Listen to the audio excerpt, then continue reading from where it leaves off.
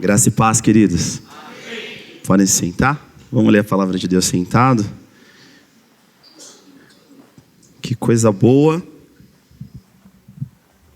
Poder estar aqui com os irmãos. Poder estar aqui com vocês mais um dia. Mais uma manhã de domingo para a glória de Deus. Coisa boa ver como Deus tem trabalhado no nosso meio. Como Deus tem feito grandes coisas. Para a glória dele mesmo. Amém, irmãos? Para quem esteve na escola bíblica, Reinaldo ministrou a minha palavra hoje.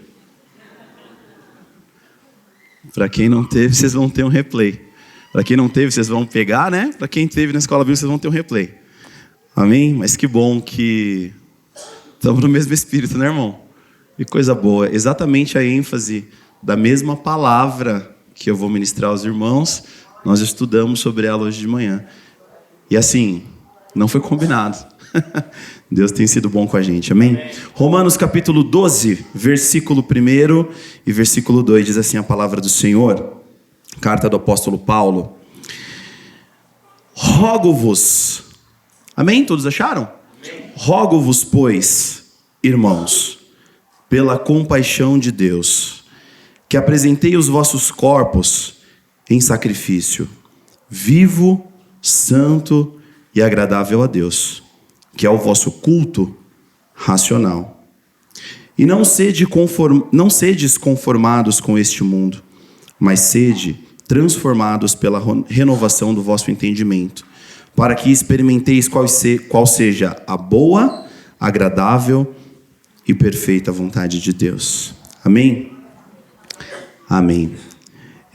Queridos, a carta do apóstolo Paulo aos Romanos, carta essa que nós já estudamos, já falamos aqui na escola bíblica sobre ela.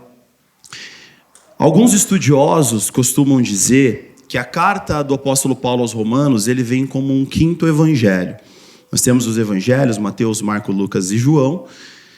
E Romanos, ele entra na primeira sintetização do evangelho, com doutrinas fundamentais para a nossa fé, com doutrinas que vai falar explicitamente sobre uma vivência cristã na sua prática, e que alguns estudiosos entendem como se fosse o quinto evangelho, do tamanho da importância dessa carta. Eu ouso a dizer para os irmãos que você não consegue ser um crente maduro em Cristo Jesus se você não tiver um bom entendimento de Romanos por inteiro. Amém? Então, para que a gente cresça nesse amadurecimento, para que a gente cresça nesse conhecimento, nós estamos expondo as cartas paulinas. E nós também, nessa manhã, eu quero falar um pouco para os irmãos sobre essa carta do apóstolo Paulo, que é fantástica. Amém? Queridos, a carta aos Romanos, ele trata de alguns pontos. Eu dei uma sintetizada, eu dei uma mesclada aqui e separei 5 pontos que a carta inteira do apóstolo Paulo aos Romanos, ele deixa muito claro a sua teologia, os seus temas, aquilo que ele aborda como temas principais. E a primeira é justificação, onde Cristo nos justifica. Depois nós temos a adoção, redenção, a eleição e a misericórdia. Esses 5 pontos são pontos principais da carta aos Romanos. Quando nós começamos no capítulo 12, o versículo 1, a minha versão está escrito rogo-vos. Mas algumas outras versões está dizendo, eu peço,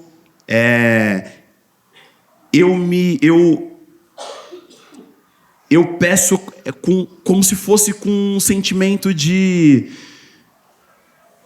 amor. Eu estou rogando a você, eu estou te implorando, eu estou pedindo com amor no meu coração. O verbo desta palavra não está no imperativo como uma ordenança, mas num estado de petição. Eu estou pedindo a vocês, irmãos, pela compaixão de Deus. Em outras versões está escrito portanto. E a palavra, portanto, foi um dos temas que o Reinaldo abordou aqui um pouco mais cedo.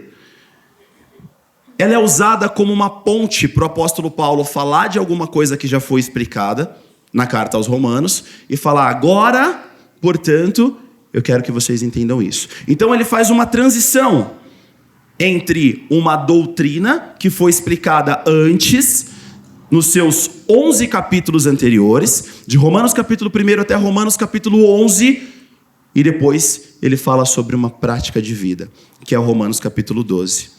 E aqui é como se ele estivesse dizendo: à luz de tudo aquilo que eu falei para vocês até agora, vivam dessa forma. E aí nós vamos entender agora um pouquinho do que é os capítulos 1º, 2º, 3º, até chegar no capítulo 11. Claro que eu vou dar uma sintetizada para a gente entender até o que chega até aqui. E aí quando chega no capítulo 12, ele fala: agora vivam assim. Mas vivam assim de que forma?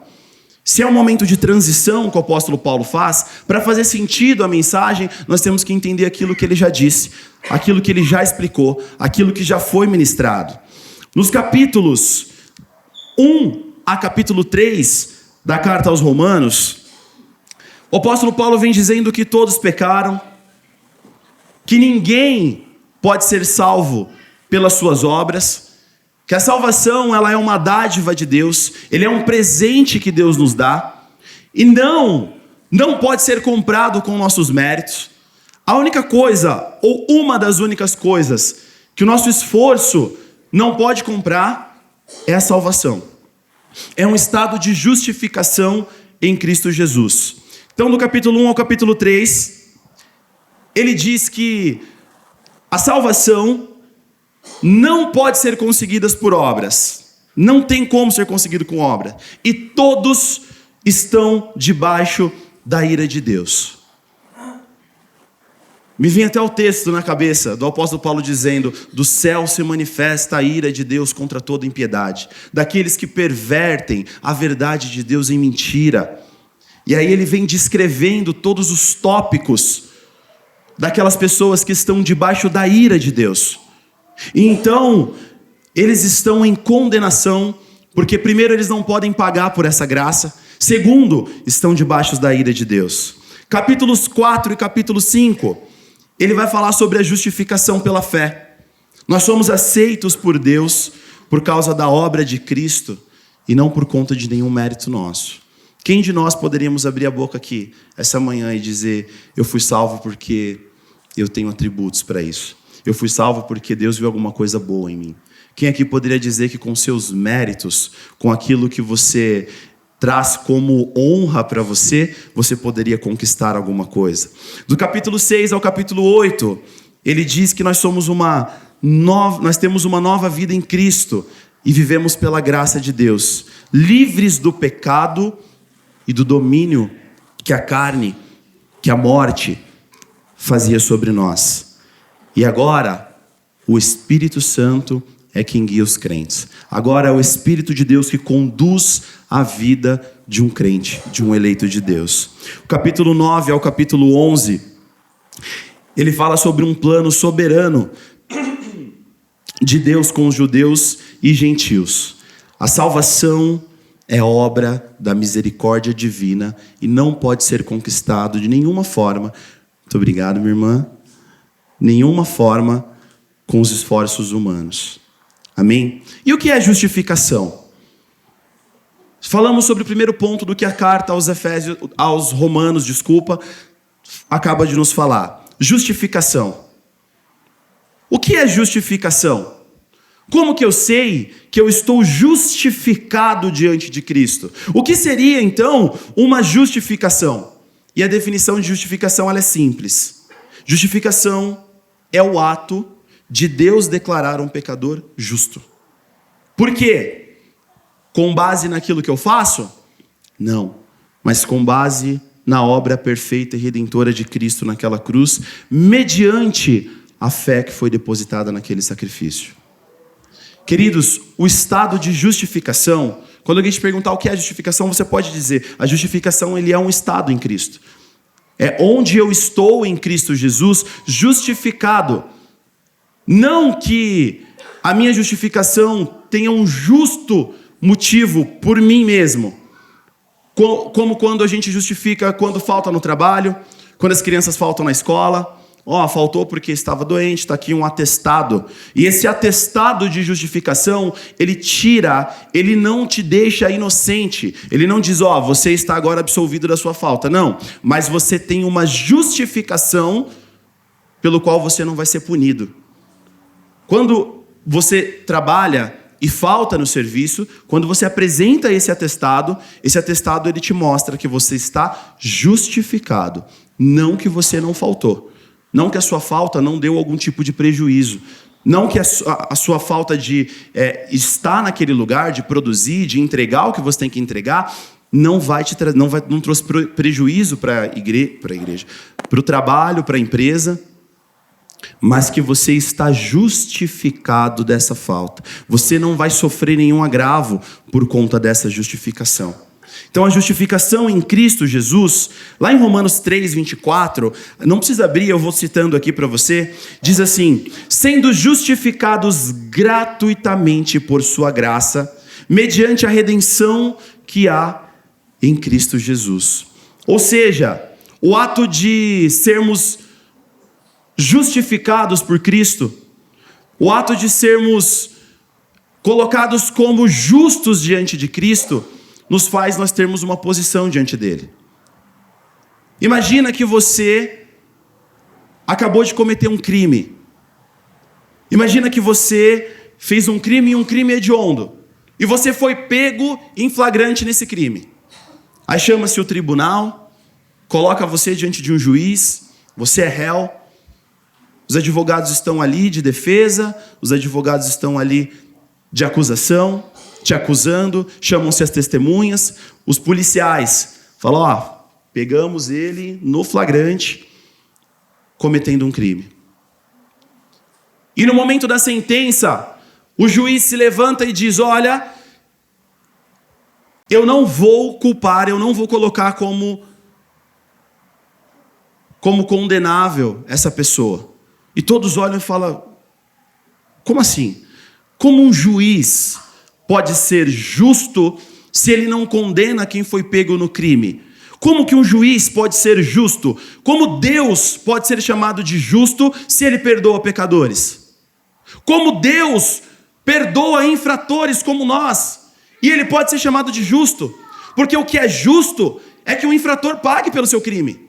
O que é justo é que nós, quando erramos, quando pecamos, fomos condenados pelo nosso crime. Se eu cometo um crime bárbaro, um assassinato, todos esperam que eu seja punido, preso, por conta desse crime, inclusive a família de quem foi que eu assassinei. Não faz sentido. Agora você imagina um juiz diante de um tribunal chegar e falar, não, eu vou absolvê-lo porque eu sou bom. Eu vou absolver porque a minha misericórdia dura para sempre. Eu vou absolver esse homem que fez esse agravante porque eu sou bom. Como que a parte ofendida, a parte que teve essa pessoa que morreu, como os familiares vão lidar? Falar, como esse cara diz que é bom?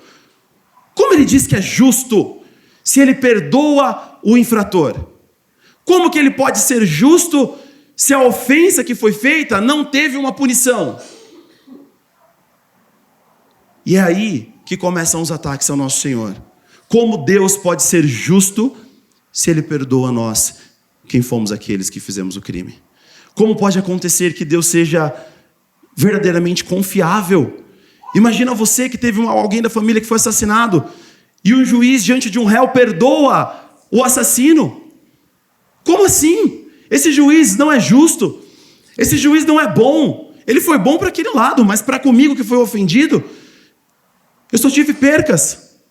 Como pode ser justo e bom um juiz que perdoa os assassinos, que não condena o assassino? E essa é uma das acusações que os ateus fazem ao nosso Senhor. E dizer, se Deus perdoa pecadores, Ele não é justo. Ele é misericordioso. Se Deus não é justo, como é que Ele pode ser Deus?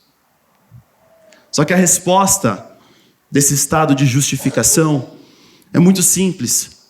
É que no momento em que nós seríamos condenados pelo nosso pecado, no momento em que nós seríamos condenados por termos feito esse agravante, por termos cometido um assassinato, no momento de bater o martelo e dizer a condenação, se levanta um que é justo, que não cometeu o crime, e diz: eu pago a sentença dele. Ele se levanta e diz: eu pago por cada crime e delito que essa pessoa cometeu.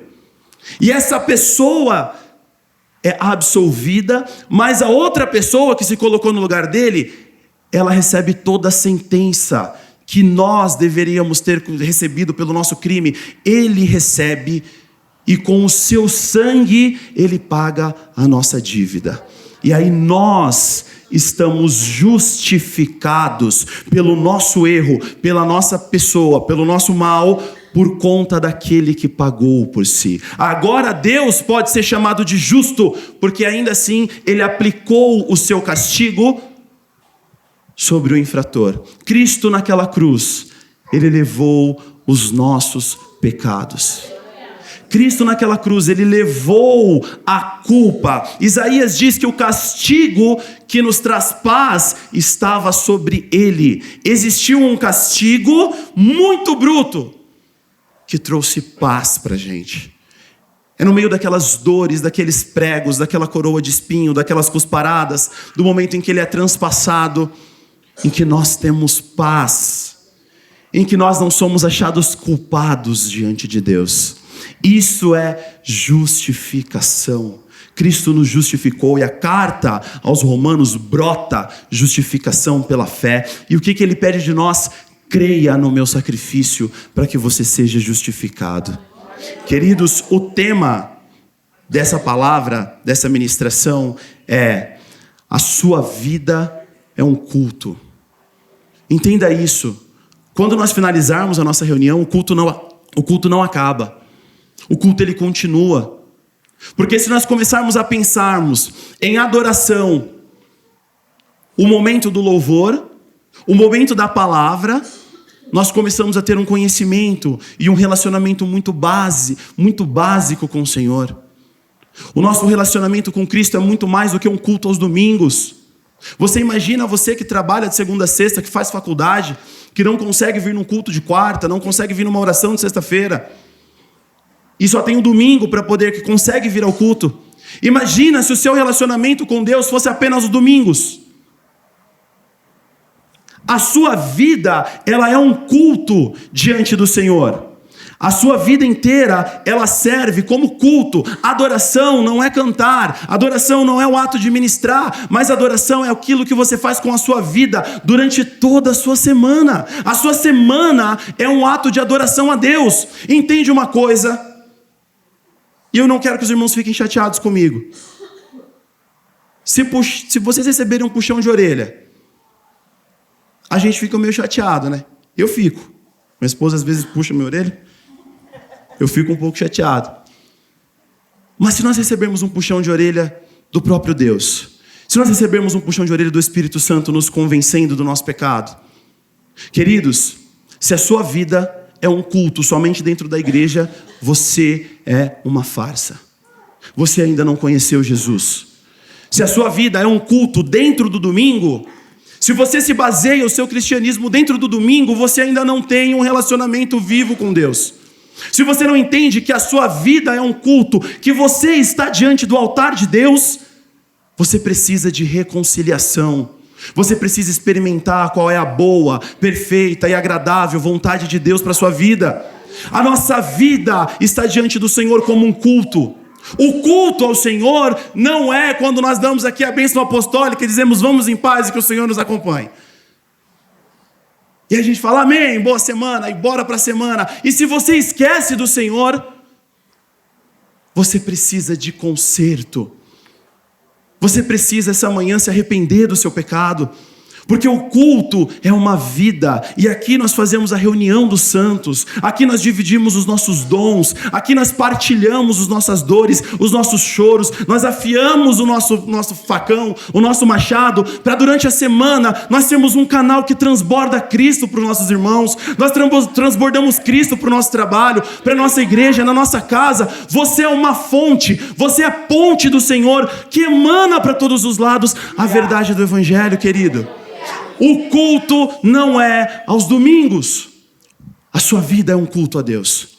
Então entende que diante dessa justificação que o Senhor nos fez, se o nosso entendimento de culto, de igreja, é apenas aos domingos, é apenas nas reuniões da igreja, nós estamos andando em erro, querido. Nós estamos andando em caminhos tortuosos. Depois que Cristo nos justifica, Ele nos adota.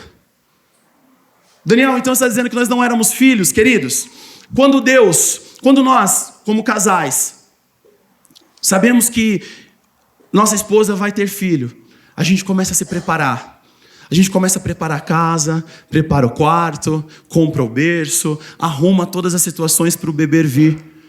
Para esse membro amado, para essa bênção que é ter uma criança dentro de casa, poder se achegar a nós, poder estar junto de nós.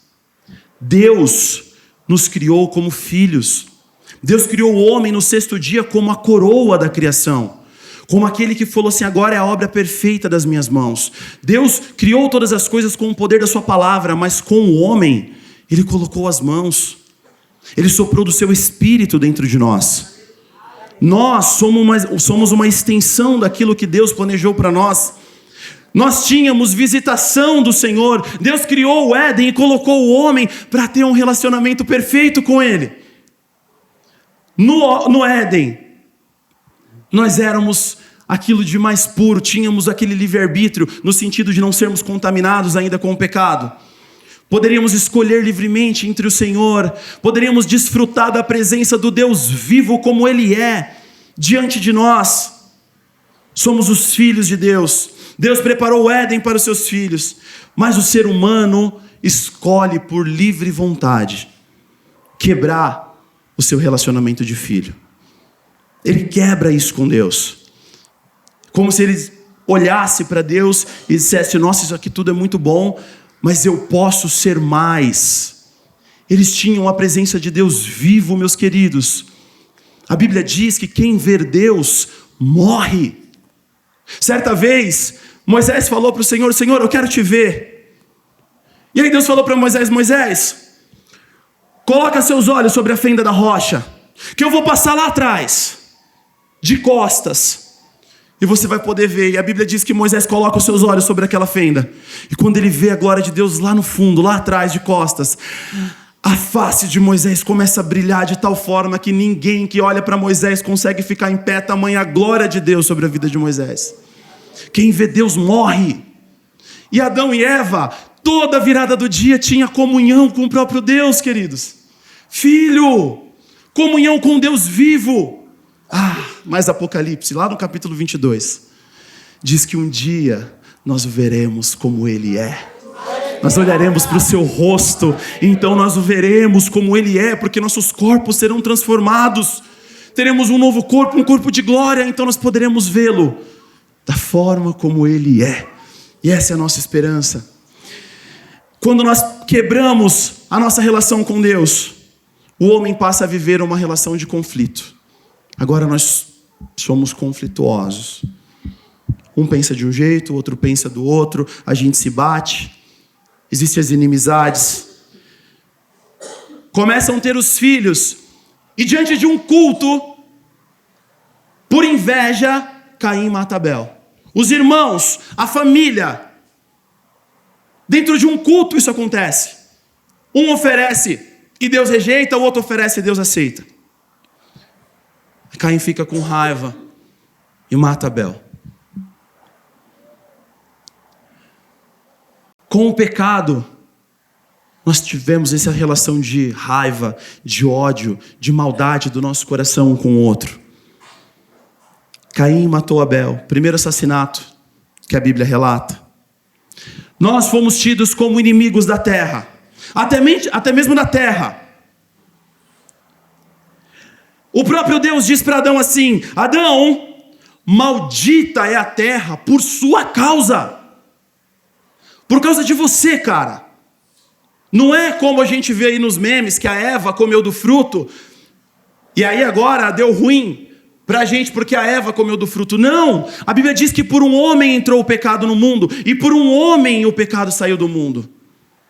Quando Eva come do fruto do pecado, do fruto do conhecimento do bem e do mal, ela oferece a Adão. Se Adão naquele momento tivesse posicionado e dito: não, Eva, não foi essa a ordem que o nosso Senhor nos deu, o pecado não entraria no mundo. Mas quando Adão come,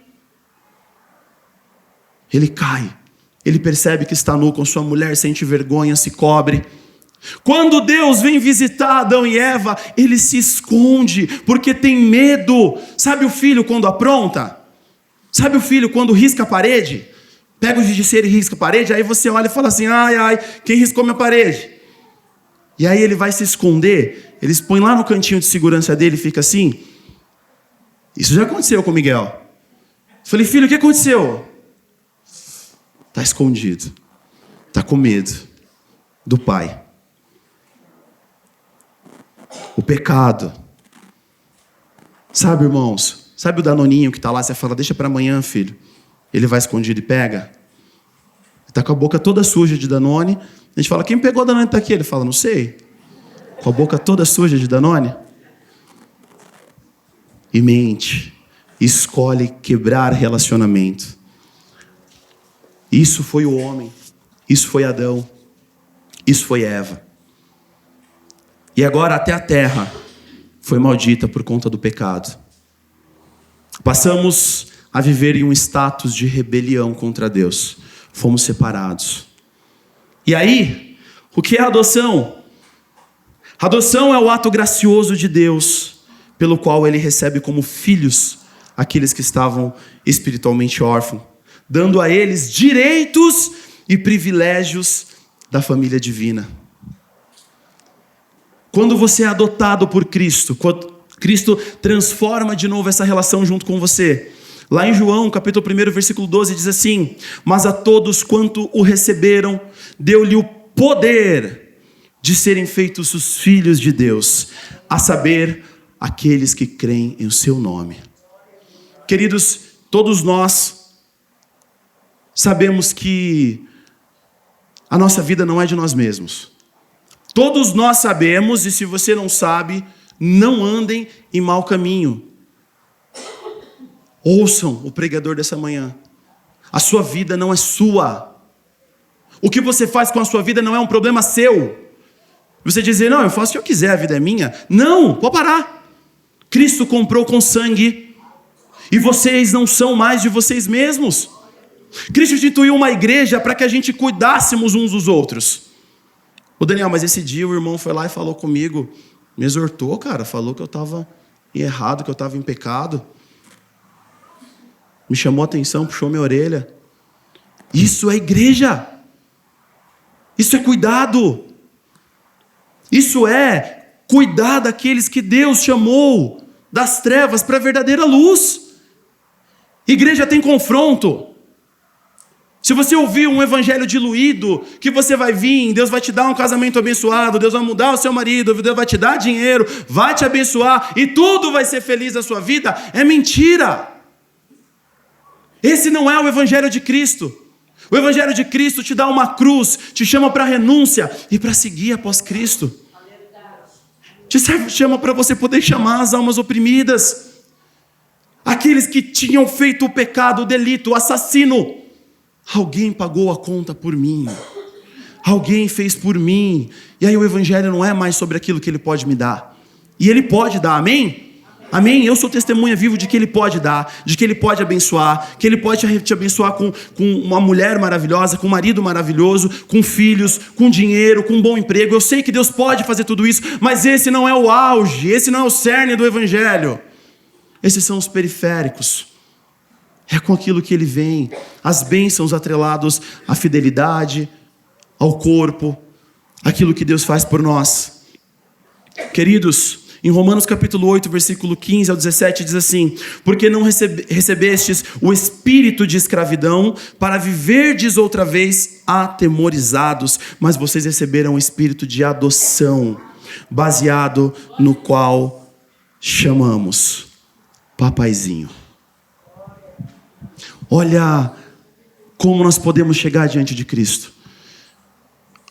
Aquele que fez separação, quando nós escolhemos ser separados de Cristo, mas agora nós podemos chamá-lo de papai.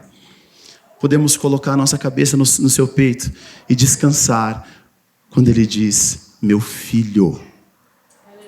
Entre 7,5, 8 bilhões de pessoas no mundo, ele escolheu você. E se você está aqui no nosso meio, e você ainda não reconheceu Cristo como seu Salvador, a única coisa que falta para que os seus delitos não sejam descontados em você é que você entenda o sacrifício de Cristo para que seja descontado naquela cruz. Já foi pago. Já foi pago. Eu ouvi um teólogo dizer que existem 2 formas dos nossos pecados serem descontados. Ou em nós, para sempre no inferno, ou em Cristo naquela cruz. Ele já pagou. Você só precisa estar em um estado de justificação com Cristo. Mas agora, queridos, eu quero despertar vocês para que a gente saia de um evangelho morno, para que a gente saia de um entendimento raso de culto, de um entendimento raso de palavra, de um entendimento raso de estarmos pensando que a nossa vida com Deus é apenas uma vida de vir ao culto, é apenas uma vida de participar de uma escala. O culto se expande. Eu sei que nós cantamos aqui, e eu não sou contra, tá, o louvor, que Deus não rejeita a oração. Não é que a gente canta assim? Deus não rejeita a oração, oração é alimento. Eu entendo que o louvor tem uma licença poética para poder cantar. Eles têm uma licença poética. E outra, o louvor está falando de crente. Está falando daqueles que vivem segundo a bondade de Deus, segundo a vontade de Deus, debaixo da graça de Cristo. O louvor está dizendo. Mas existe um povo que Deus rejeita a oração, sim. Existe um tipo de pessoa que Deus diz não, que Deus fala, eu estou tapando meus ouvidos para não ouvir aquilo que vocês dizem. Abre comigo em Malaquias, capítulo 1. Malaquias capítulo 1, versículo 10.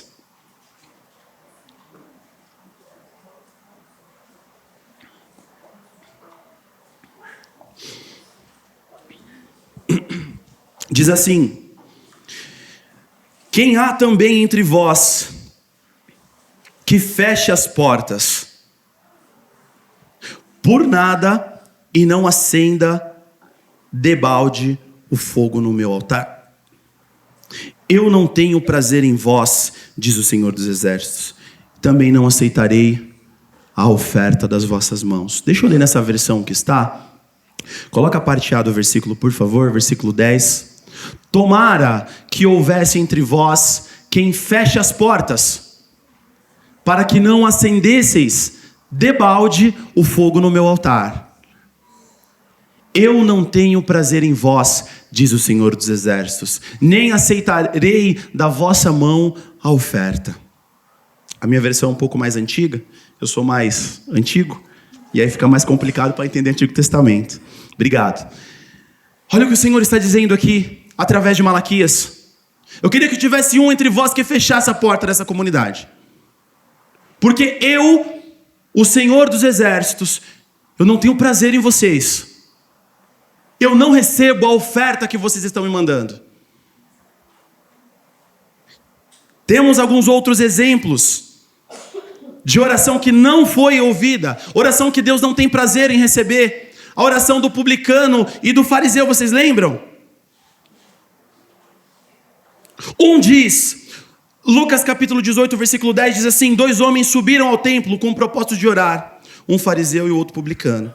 O fariseu em pé orava consigo mesmo dessa forma: ó Deus, graças eu te dou, porque não sou como os demais homens, roubadores, injustos, cheios de adultério, nem ainda como este publicano. Jejuo 2 vezes por semana e dou o dízimo de tudo aquilo que eu ganho. Olha a oração do camarada. Obrigado, porque aqui estão os pecadores e eu não sou. Que oração é essa? Deus rejeita essa oração. Porque Deus, a Bíblia diz no livro de Salmos, que Deus não despreza um coração quebrantado e contrito. Um coração quebrantado e contrito não desprezará o Senhor. Ele chama para si. Mas o coração soberbo, o coração cheio de orgulho, o coração que diz, olha só como eu sou. Obrigado, Senhor, porque eu não sou como os demais. Olha a oração desse camarada. Cheio de orgulho, sem nenhum tipo de arrependimento. E o texto termina dizendo que o publicano, que era o pecador, ele foi justificado, mas o fariseu não. O publicano dizia, Senhor, batia no peito e dizia, tem misericórdia de mim, que eu sou pecador. Existem orações que Deus não aceita. Queridos, se você entende, se você ora apenas no culto de domingo, Deus está rejeitando o seu culto. Se a sua oração não se estende, se a sua oração não passa como uma prática de vida, entende? Se você só cumpre uma escala, se você só toca, se você só canta, se você só prega, se você só vem, entende que Deus está rejeitando esse tipo de culto. Não existe aceitação de Deus por metade. Deus quer uma vida plena em Cristo Jesus. A oração que Deus aceita é uma oração cheia de arrependimento. E o arrependimento, ele prediz que eu não faço mais. Acontece uma metanoia, uma mudança de mentalidade, um retorno. Se eu estou andando para esse lado, eu viro e vou para o outro, sentido contrário daquele que eu ia. Eu mudo a minha direção. Chega de cultos rasos. Chega de cumprimento de escalas. O culto se estende na sua vida.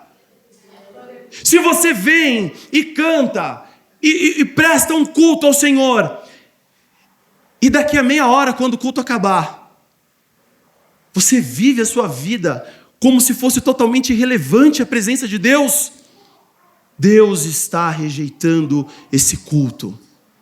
E pode ser duro o que eu estou falando para os irmãos, mas é com amor. É o que o apóstolo Paulo diz, eu rogo, meus irmãos, eu rogo. Sabe, queridos, ele entra numa posição de humildade dizendo, pelo amor de Deus, eu peço para vocês com todo o meu coração, pelas misericórdias de Deus sobre a vida de vocês. Existe um culto que Deus rejeita sim. Então nós fomos justificados. Depois de justificados, nós fomos aceitos como filhos com o Senhor. E agora nós chegamos no capítulo 12 de Romanos. Amém? A justificação e a adoção, eu fiz uma síntese até chegar para vocês aqui no capítulo 12 de Romanos. Rogo-vos, pois, irmãos, pela compaixão de Deus, que apresentei os vossos corpos como sacrifício vivo, santo e agradável a Deus, que é o nosso culto racional. Alguma Bíblia, levanta a mão para eu ver, está escrito o vosso culto espiritual? Tem algumas versões que está escrito culto espiritual. E aí eu entrei em conflito, né? Porque racional e espiritual tem uma grande diferença aí, né? Mas o que quer dizer, de fato, não é que o espiritual é o culto no espírito, mas sim o culto. Os mais antigos iam usar a palavra espiritual para dizer inteligente. Fala, nossa, como pessoa espiritual, está querendo dizer que ela era muito inteligente, que ela tinha um entendimento muito grande. Aí nós voltamos para entender sobre o culto racional, aquele que tem um propósito. Amém? Portanto, a palavra portanto separa isso tudo que eu falei para vocês. que o apóstolo Paulo, ele nos ensina, e agora ele diz no capítulo 12, vivam assim. Vocês entenderam o que é a doutrina? Eu já expliquei para vocês o que é a doutrina. Nós já explanamos aqui no capítulo 1 ao capítulo 11, isso o apóstolo Paulo dizendo, o que é a doutrina? Portanto, agora é isso aqui, ó. Na antiga aliança, o que seria um sacrifício vivo? Na antiga aliança, o sacrifício vivo, ele envolvia um animal morto. O sacrifício vinha vivo, ele vinha, tem-se, inclusive Flávio José fala sobre a oferta movida, que é o cordeirinho, ele vinha andando até a frente do templo para depois ser sacrificado. Mas hoje, o sacrifício é você. A oferta viva é você que coloca as suas mãos para cima para adorar o Senhor. É você que se dobra diante do Senhor. É você que ora, que abaixa a sua cabeça, que levanta as suas mãos. É você que impõe as mãos para poder orar sobre outras pessoas. Agora, a oferta é viva. E aí Paulo usa uma linguagem sacrificial. Porque a oferta viva, ela vinha para poder ser sacrificada diante do altar. E aí, agora, a oferta viva não tem mais um entendimento de morte, mas agora tem um entendimento de vida para a gente. Vocês vêm através desse sacrifício vivo para receber mais vida. Isso significa que você tem que oferecer a própria vida a Deus de forma total. Você quer saber se Deus aceita só um pouco da sua fidelidade? Qualquer hora, se você quiser arrumar um problema para a sua cabeça, chega na sua esposa e fala assim, você aceita que eu seja fiel a você 99%? 98%? 90%. Esses 10% eu sou infiel. Se você quiser arrumar esse problema, pergunta para ela. Você marido, você mulher, pergunte para o seu marido, posso ser fiel a você 99%, amor? Ninguém aceita isso, irmão. É entrega total. É entrega, é 100%. Você diz sim para mim e diz não para todos os outros homens que existem no mundo. Ou não tem nada feito. Não é assim? Nós queremos fidelidade 100%. Por que a gente acha que com Deus é diferente? Por que a gente acha que Deus não quer a nossa vida 100%? Que tudo bem se eu oferecer aqui sacrifício de louvor a Deus, mas tudo bem também se eu for um pouco para o mundo. Mas tudo bem também se eu me vestir como o mundo se veste. Mas tudo bem também se o meu linguajar for um linguajar com palavrões. Tudo bem também se o meu namoro não for santo. Se eu tiver relações sexuais com a minha namorada, tudo bem também. Porque eu vou para a igreja, afinal de contas. Então estou justificado se eu pecar, se eu cair. Cristo não aceita infidelidade como nós também não aceitamos. Mas entendam uma coisa. Ainda que nós formos infiéis, o Senhor permanece fiel. Ele não aceita? Não, Ele não aceita. Mas se você for infiel, ainda assim Ele permanece fiel. No seu propósito, que é salvação. Tudo vai convergir. Deus vai te chamar de todos os lados. Ele vai te disciplinar, Ele vai te amar, Ele vai trazer você para perto, Ele vai ministrar no seu coração. Mas entenda, Cristo está vivo. Ele está vivo e Ele está vendo nossas vidas. Ele se importa com o que você fala. Ele se importa com o que você veste. Ele se importa como você se porta diante das dificuldades da vida. Ele se importa com nós de forma geral, meus irmãos. Sacrifício vivo. Ser um sacrifício vivo significa viver todos os dias para Deus. Trabalho, família, relacionamento, igreja, sociedade. Não existe apenas momento de culto. Isso é uma mentira que o diabo quer pôr na sua cabeça. Ah não, mas eu já fui no culto domingo, por que eu vou na quarta? Ah não, mas a gente já orou, a gente já ceiou, por que eu vou na sexta-feira orar? Cristo quer inteiro. Ele não quer porcentagens. E santo, um sacrifício vivo e santo. Santo significa separado, consagrado, dedicado, exclusivamente, apenas para Deus. Ele quer que você seja santo, somente para dele. Buscar a santidade com Deus não é opcional. Essa é uma marca de quem oferece a vida no culto a Deus. Isso envolve escolhas diárias e fugir daquilo que desagrada a Deus. Ser crente é difícil. Quem já viu um meme de um senhor que fala assim, a coisa mais difícil que eu estou tentando ser na vida é crente. Você não pode roubar, você não pode beber, você não pode jogar, você não pode apostar, você não pode passar a perna em ninguém e ainda corre o risco de ir para o inferno. Já viram esse meme?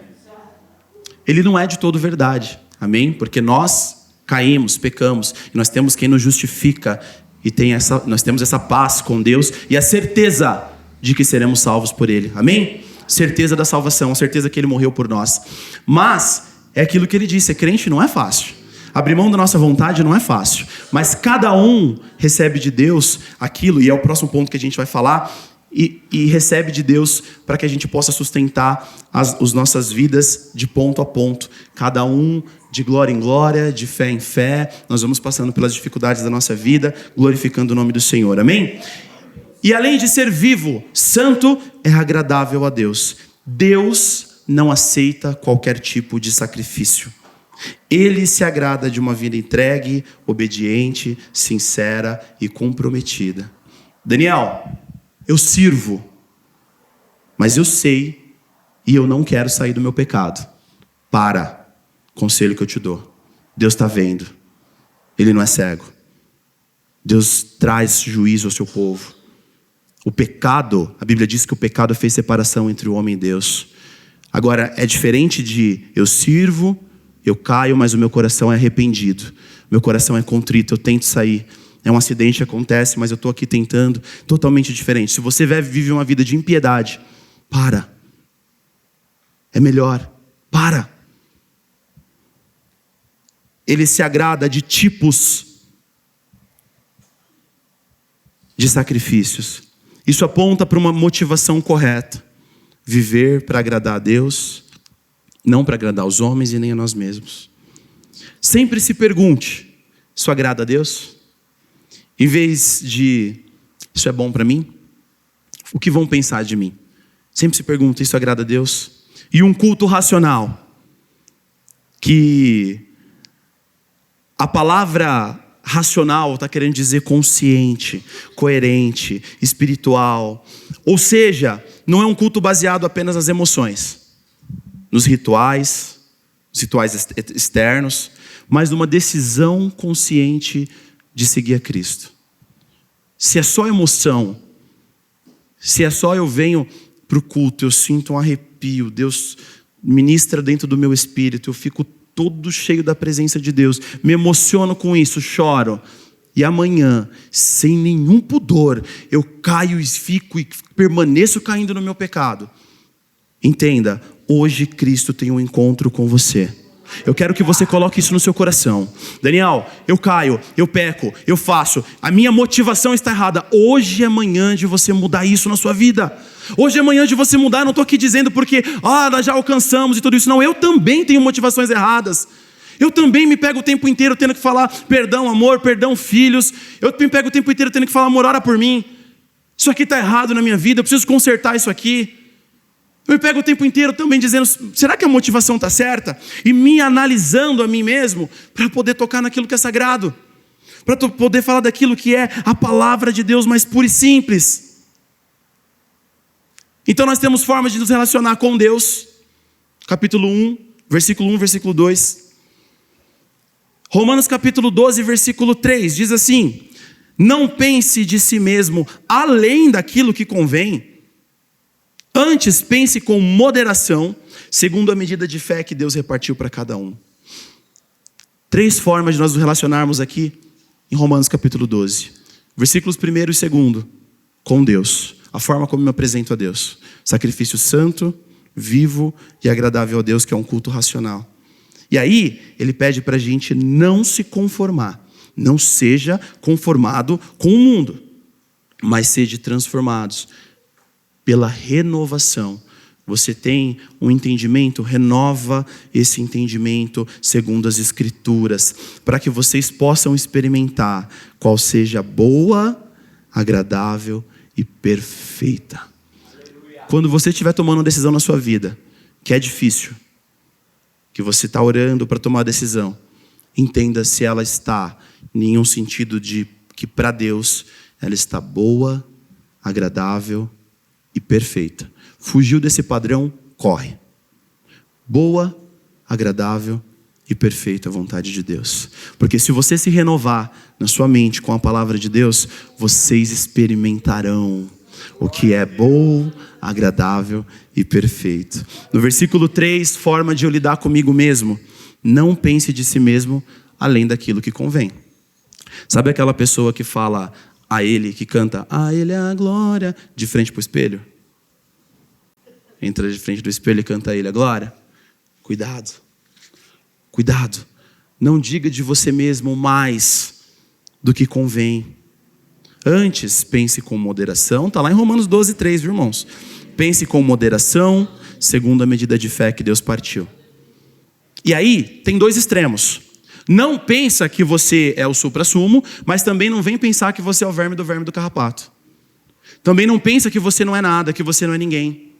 Porque Deus te comprou, e te comprou com valor alto. Foi caro o que Ele pagou por você. Então você tem valor. A Bíblia diz que o Espírito Santo, Ele se move através da sua vida, e isso te traz valores imensuráveis diante de Deus. Então os extremos. Você não é o máximo, mas você também não é ninguém. Você é alguém que Deus chamou pelo nome. Você é alguém que Deus chamou para morar com Ele na eternidade. Amém? E o terceiro ponto, os relacionamentos com os nossos inimigos. Vença o mal pelo bem. Romanos capítulo 12, lá no versículo 17, diz assim: a ninguém torneis mal por mal. Procurai as coisas honestas perante os homens. Se for possível, quanto estiver em vós, tende paz com todos os homens. Não vos vingueis a vós mesmos, amados, mas dai lugar à ira, porque está escrito: minha é a vingança e eu retribuirei, diz o Senhor.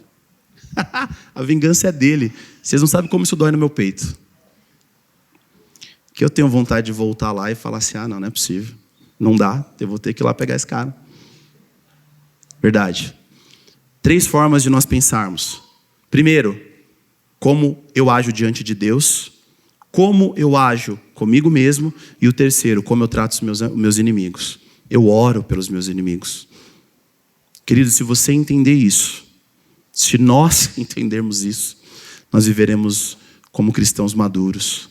Nós viveremos como cristãos que vão experimentar da boa, perfeita e agradável vontade de Deus. Porque não é fácil. Você amar quem te persegue. Você abençoar quem está te passando a perna. Você, ao invés de ter o direito de ir lá e reivindicar, você falar: deixa quieto. Tá tudo bem. Deixa para lá, para não ter problema. Vamos encerrar essa situação aqui. Tá tudo bem. Segue sua vida, eu sigo a minha vida. Olha como Deus nos manda que a gente viva com o próximo. A fé cristã não permite vingança pessoal. Vocês acreditam nisso? O nosso padrão de resposta vem de Deus e não das reações naturais.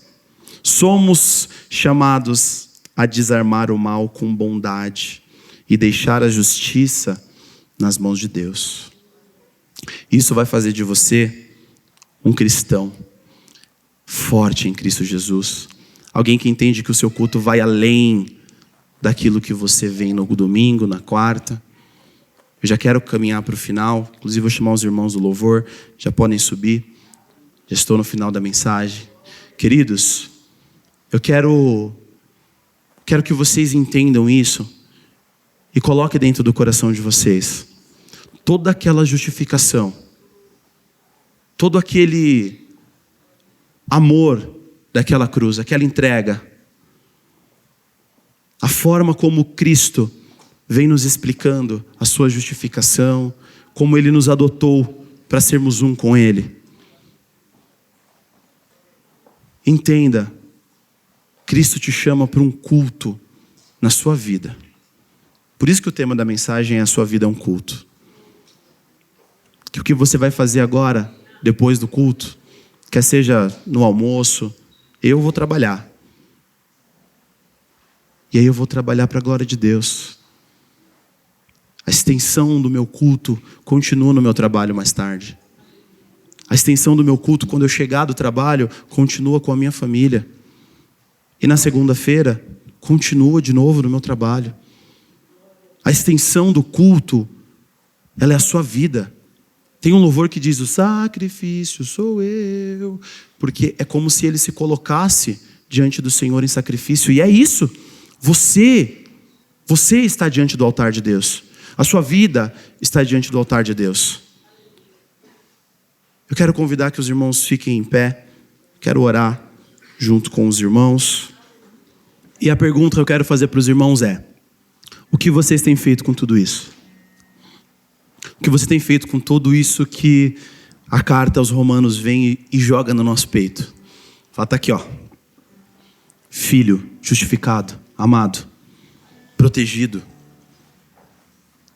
blindado de muitas coisas. O que você tem feito com isso? Qual que é a sua resposta? É o culto que Deus rejeita? Ou é aquele que dele, como ele também diz Isaías, as minhas mãos não estão encolhidas para que eu não possa estendê-las a vocês. Os meus ouvidos não estão tampados para que eu não possa ouvir o clamor do meu povo. E os meus olhos não estão fechados para que eu não possa vê-los. Assim como Moisés orou ao Senhor e disse assim para ele, olha que cara ousado: Senhor, quando ele estava tirando o povo do Egito, ele fala: porventura esses homens saíram de dentro do meu ventre? Por alguma acaso são filhos meus? Fui eu quem os fiz? Se o Senhor não for comigo, eu não vou.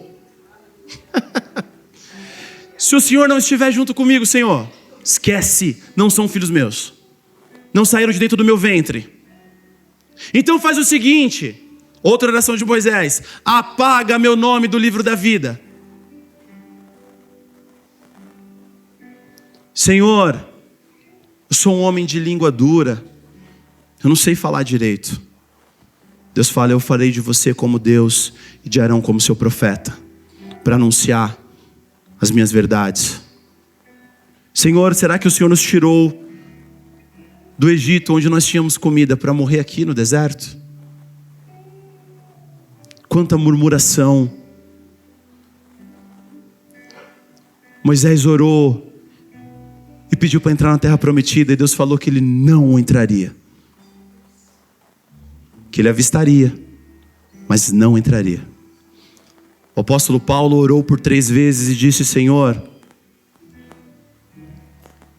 tira de mim esse espinho da carne. E o Senhor falou: não, Paulo, a minha graça te basta. Existem orações que Deus não ouve. Queria que tivesse um entre vocês que fechasse a porta. Malaquias: eu não tenho prazer em vocês.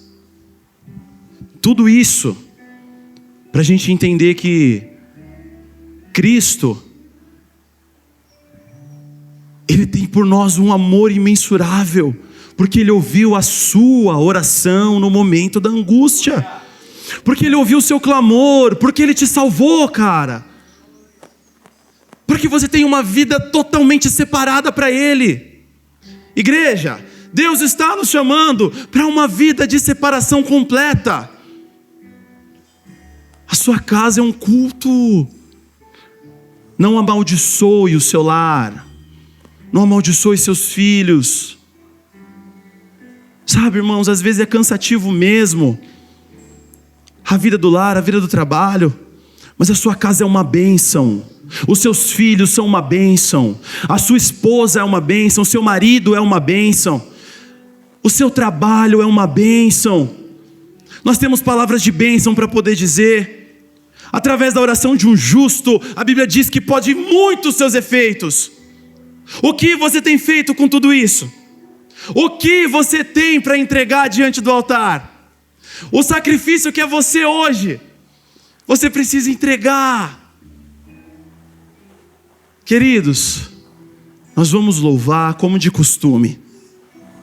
Se você ainda não entregou sua vida para Cristo, não passa perrengue sozinho. Vem passar com o corpo de Cristo.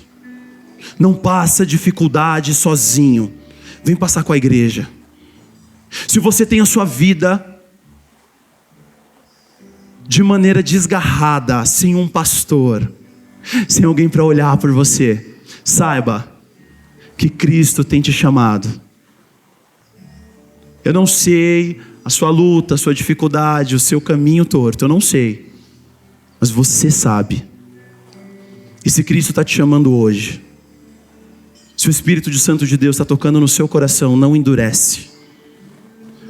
Se Deus tem te chamado hoje, não endurece. Cristo está te chamando para uma vida de graça, uma vida de comunhão com Ele.